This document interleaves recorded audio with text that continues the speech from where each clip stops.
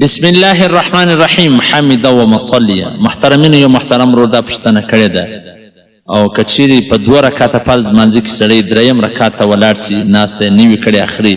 یا په 4 رکعاته فرض مانځي کې 15 رکعت ته ولاړ سي اخره ناسته نیوي کړي نو دی بیا څه چمکی که په یاد ورله برته بچینی او که نور 2 رکعاته پس کې چې هغه نفس تعلیم الاسلام اداره تاسو د دینی پښتنو ځوابونه کوي. مولوي عبدالرحمن سمین صاحب. محترمینو تاسو په دې ځام پو کې اخره ناسته چې دا هغه فرض ده اخره ناسته نو که یو سړی اخره ناسته نه وکړي په 4 رکعات منځ کې 15 رکعات ته ولاړ سي یا په 2 رکعاته فرض کې دریم رکعت ته ولاړ سي نو د سجدې څخه مخکې په یاد ورله نو بیا د کښیني بیا چې کښېناستئ په آخر کې به بیا به سجده سهو وکړي تحیات وویله سجده سهو به وکړي سلام به وګرځي او که چیرې د زاید رکعت سجده وکړله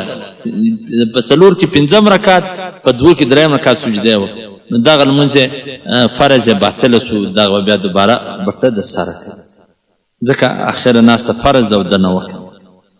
په حواله سره د حلبي کبیر صفحه نمبر 295 فتاوی هندیه جلد نمبر اول صفحه نمبر 129 رد محتار جلد نمبر 2 صفحه نمبر 15